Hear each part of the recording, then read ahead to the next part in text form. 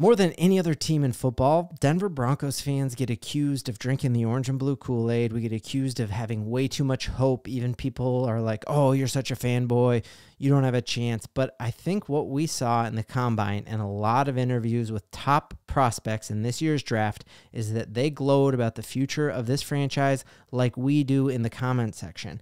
I have a ton of that to break down and how the comments that they make show in a really unbiased way that the hope is real for the Denver Broncos, and I hope you are here for it. If you're new to this channel, my name is Ben. I break down all things Denver sports, and it helps me out a ton if you would like and subscribe.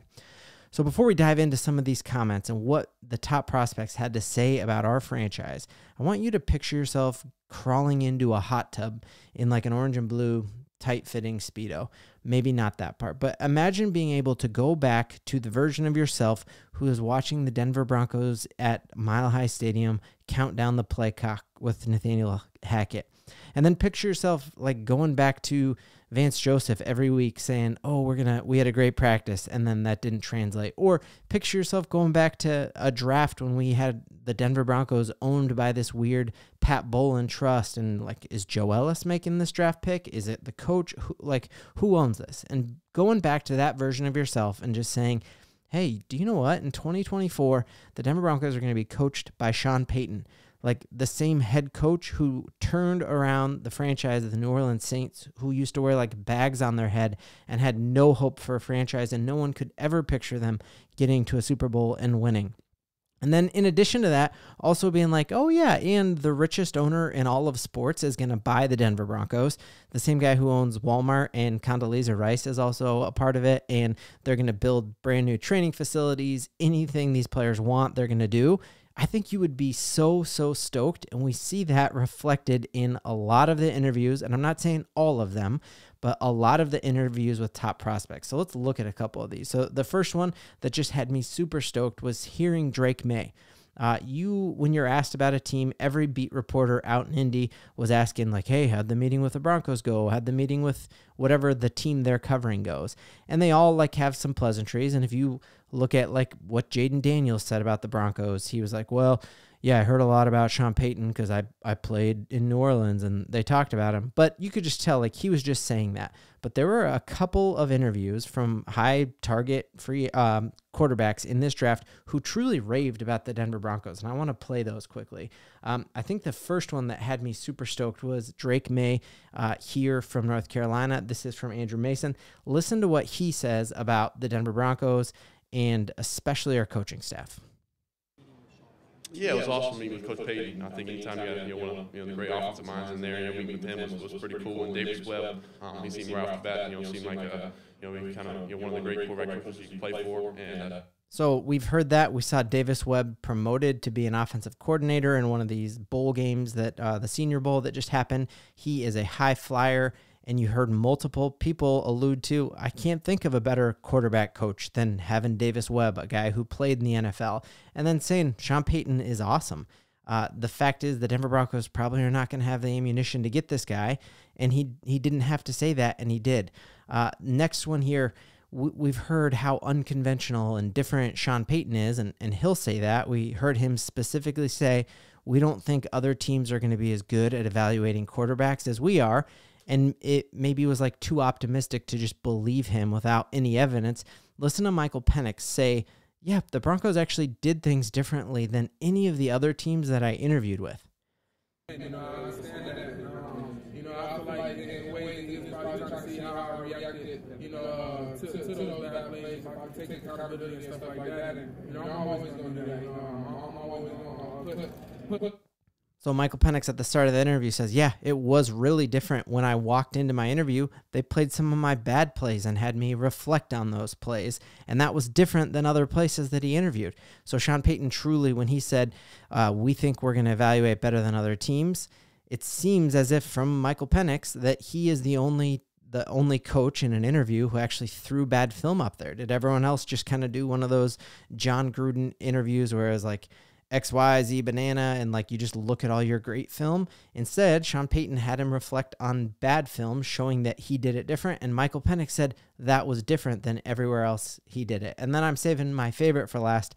If I were to pick a quarterback, if he falls to 12, the person I think I'm actually most excited about would be right here, J.J. McCarthy. Listen to what J.J. McCarthy said about the Denver Broncos. You see, this is the longest of all the clips. He is actually gushing about us this entire time. And listen to his command and the names he remembers. Do you think he remembers all of these names, all of these coaches for 32 different teams? Absolutely not. If he's even able to remember it for the 5 or 6 teams who are quarterback hungry in this draft, I would be impressed, because could you rattle off who are the offensive coordinators for the Bears, the Commanders, the New England Patriots? Like, I can't even remember all the teams who need a quarterback. So the fact that he remembers all these details and kind of gushes about it, you can tell with his body language he means it. You should be really excited about this. So let's check this out. It was awesome.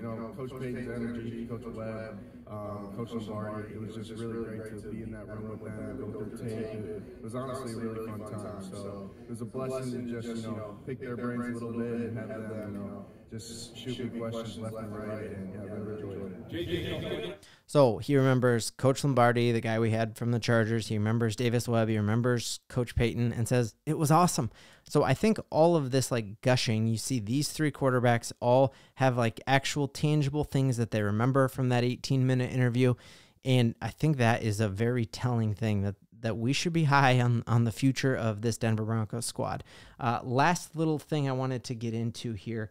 We'll get into the Spencer Rattler rumors tomorrow or later on in the week. It's going to be a busy week. It sounds like there might be a move on Russell Wilson this week, but the last little thing that just was leaked out from a few insiders in Philadelphia was that the Philadelphia Eagles made a pretty massive move in cutting a safety that they'd traded quite a bit for. So they'd traded to the Tennessee Titans to get Byard right here, who had really been like a ball hawk of a safety, not quite as talented as Justin Simmons. Actually, I don't think he's anywhere close to being as good as Justin Simmons, but they'd traded multiple draft picks to the Titans to get him, and they just let him go. And I don't have to remind you that we now have Christian Parker, who was Justin Simmons' former defensive back coach that all of the DBs here loved and rave about. He is now in Philadelphia with Vic Fangio. And so I think there is some real momentum here to the fact that obviously Parker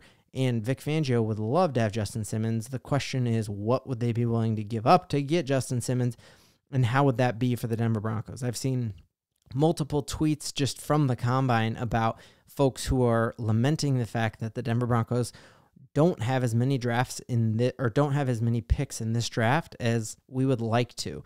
We know that George Payton loves to have a quiver full of picks, and we don't have our 2nd round draft pick this year because we traded it to the New Orleans Saints for Shawn Payton. So could the Denver Broncos acquire a 2nd round draft pick for Justin Simmons and then not have to deal with the salary cap there? I would not want to see Justin Simmons go for less than a 2nd round draft pick, and even seeing him go for a 2nd round draft pick would be really hard.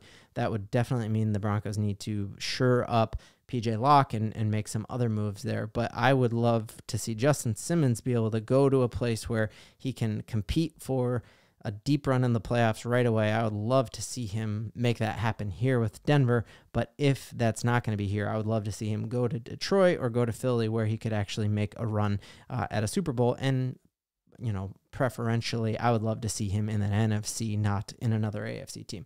So curious what you all think. Do you feel as high on the Broncos after watching some of these top prospects glow about us, or am I just drinking way too much orange and blue? As always, it's going to be an awesome week. Stay tuned here so you don't miss a single beat in Broncos country. Let's giddy up. Thought I was going 2 for 2.